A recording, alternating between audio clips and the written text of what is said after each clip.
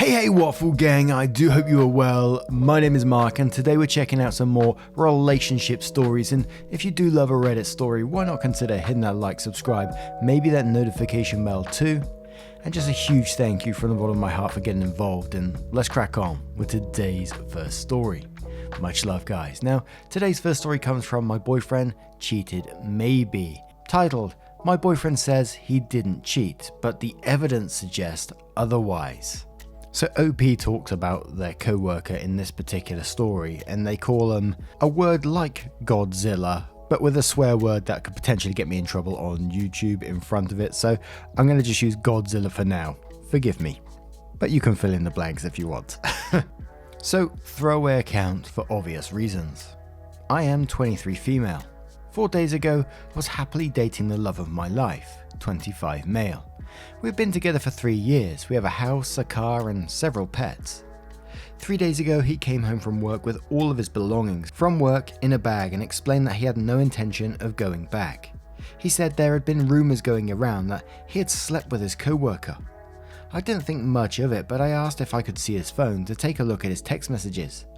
I picked up his phone and read his text with the girl. Let's call her Godzilla. Odd. They had not texted in a month, even though I knew they had text to arrange meetups, as they were friends outside of work. I went to text with an unknown number and he ripped it from my hands.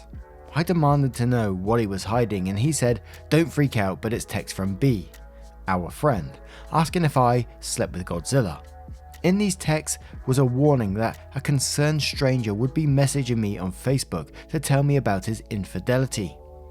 I went to my computer and found messages from this girl that only contained the thumbs up symbol. I approached her and she resent me her previous message, alluding to a night where she had witnessed the two of them interacting and was told by Godzilla personally that she had slept with my boyfriend multiple times.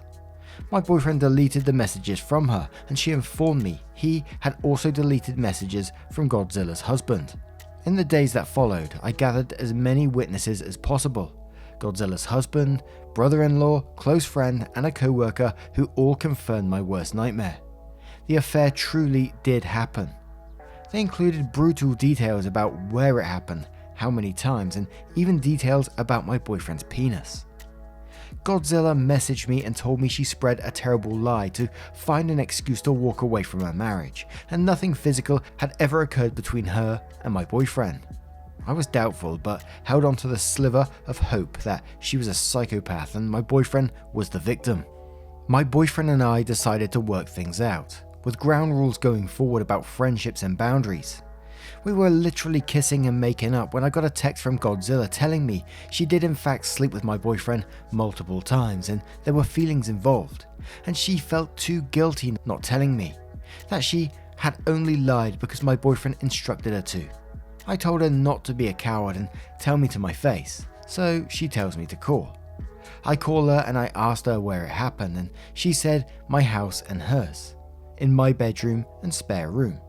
I asked her to describe my house and she was able to accurately describe the most minute of details. I screamed at my boyfriend until I was blue in the face just to admit that he fucked up, but still he maintains his innocence. Help me Reddit. Is there a chance he could be telling the truth? If so, how will I ever find out? This has caused me severe anxiety. I haven't eaten or slept and I've missed work because I am a non-functioning human at the moment. I need closure one way or the other. Any advice would be greatly appreciated. And to me in this, I just don't think he's going to admit to what he's done here. He will deny until he dies pretty much. And I'm not saying, OP would get back with him if he did admit he cheated or whatever, but there would be absolutely 0% chance of recovery if he isn't going to admit to what he's done here. Like I say in a lot of these stories, is like, how would you ever be able to look at that person the same way again? Trust them when, they to me it looks like they're clearly lying to your face. But before we move on to that update, more T Wesley says, so this woman who has absolutely no logical ability to describe your home, unless she had been in it, was able to accurately describe your home. Honestly, I'm so sorry. What more proof do you need? Bail. Bail now. Tristan Kane says, going through a very similar situation. Found out my wife of 7 years was lying about where she was hanging with a girlfriend. Then when faced with evidence that she was at a guy's house, she said yeah, he has a friend. Then yeah, he made me feel beautiful again. Emotional affair. Pressed with more evidence, okay yeah, we had sex once and I was drunk. Then it was 3 times. Now the story she tells, it never happened and that she made the whole story up because she was mad. I asked her to pull up the deleted messages off her phone, but she refused. These type of people will never come clean and take responsibility for their actions, so take it from me, 40 male with 5 kids. You have to get out now before you are married and have kids. I know I will never trust my wife again and I deserve better. My kids deserve better. And you, my dear, deserve better. And it sounds like something that I learned about in the last couple of months, that he went through trickle truthing where he got a little bit more every time he approached her. Posey Ashes says, I knew someone in a similar position in which the wife knew her husband was having an affair, but no matter what she said, he denied it. She finally found nudes on his phone and he couldn't run away anymore. You guys sound more stubborn. Like, as long as he says it didn't happen, then that's what will become real. The woman even said there were feelings involved, which is a double low blow. Walk away. He can't own up to what he did and never will. Not that one girl says he will never admit it. You could show him a video of them sleeping in your bed and he'd deny it. But you already know the truth. He had an affair. Sticking around trying to force him to come clean so you can get closure is futile. Dump him. Find someone who isn't a piece of garbage and never look back.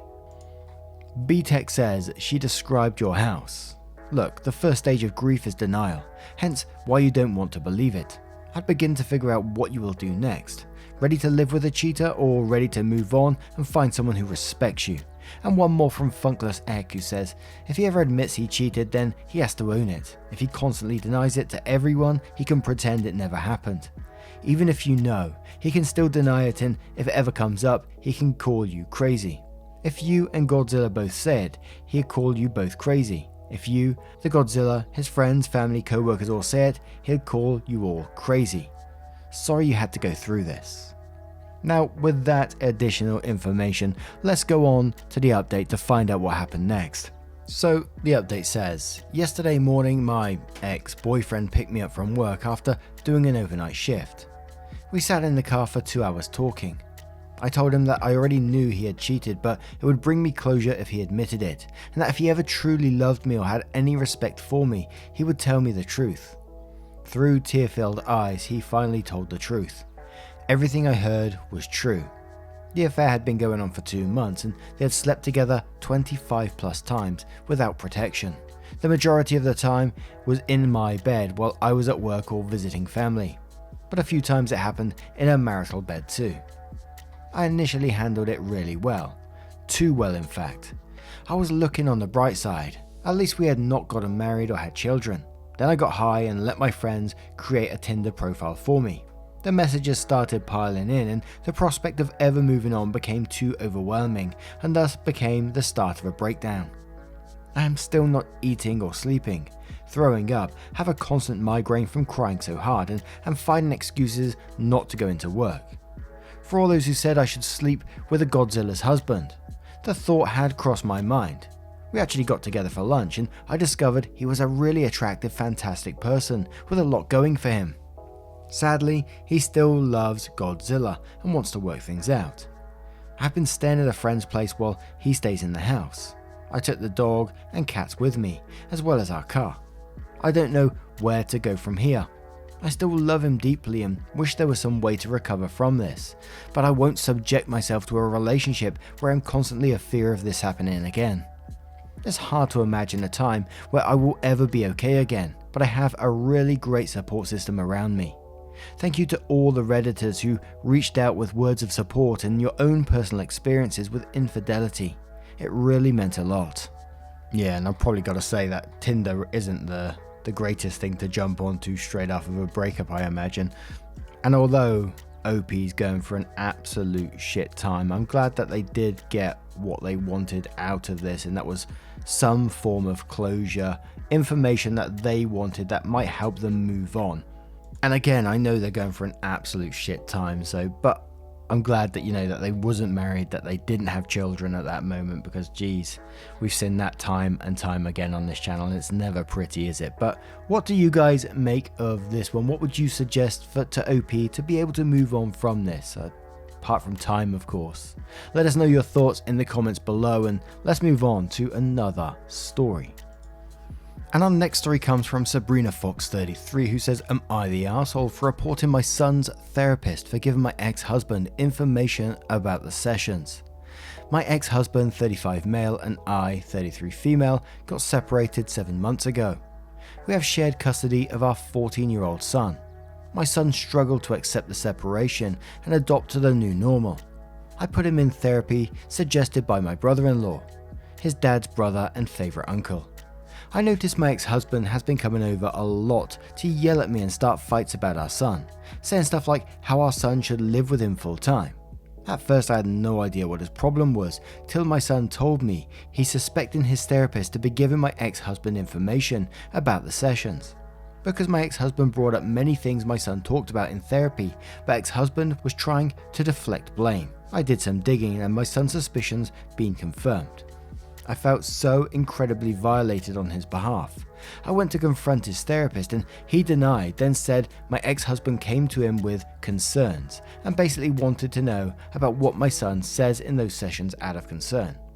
I had a big argument with him and told him that I'd be reporting him for betraying my son's trust and violating him like that, even if this information was going to his dad, aka family.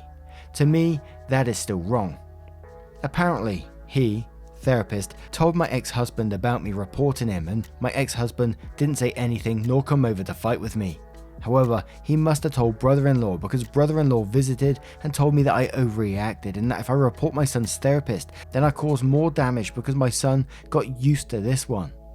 When I pointed out how my ex-husband could have gathered and twisted information to screw me over in custody, he told me then I was doing this for my own selfish reasons and to cover my own ass. He said that I clearly don't have my son's best interest at heart to think that's okay. I got mad and told him to leave after he tried to talk my son into stopping me from reporting his buddy, therapist. But I yelled at him that clearly he, my ex-husband and his buddy therapy were in this together.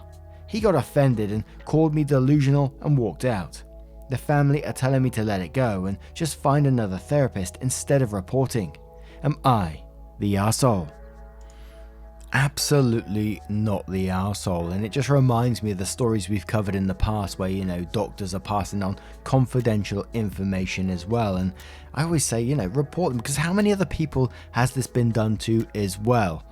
They know what happens in that room has to stay in that room, so this information was passed on knowingly that could get them in trouble, and that's what's going to happen. But Druidoom says, not the arsehole, the therapist absolutely should be reported for their wildly unprofessional behaviour. Late for dinner says, not the arsehole, report him now. He swore an oath of patient confidentiality and he grossly violated that.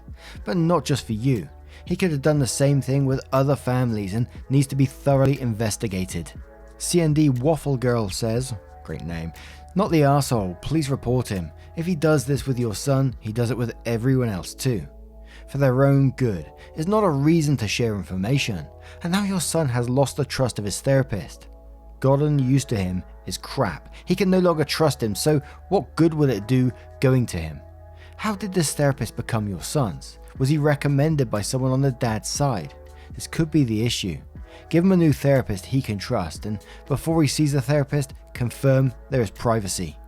The Riker maneuver says, do not let this go. Brother-in-law suggested this therapist on purpose. All along, this was a ploy to get dirt on you so your ex could file for full custody. Report the therapist. They violated the law, and the reason brother-in-law is pissed is because he knows this is going to blow back on him. As for your husband, you know why he hasn't said anything about this, because he is hoping you will let this go, knowing full well that it will be used against him in any future custody battles.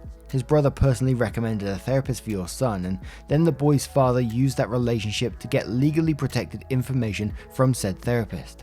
From the outside, it looks planned from the very beginning as a means to get custody of the child. They were looking for dirt on you, and none of them had any problem using your son to get it. You owe it to your son to use every legal means at your disposal. He needs to know at least one of his parents respects him and will fight for him. Consult a lawyer, report the therapist, and create a paper trail for any future custody battles. Not the arsehole.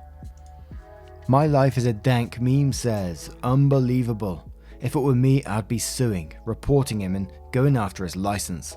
Absolutely not the arsehole, raging on you and your son's behalf. And one more from Bactuator who says not the arsehole. Sounds like this therapist needed to be reported. Confidentiality applies to minors too.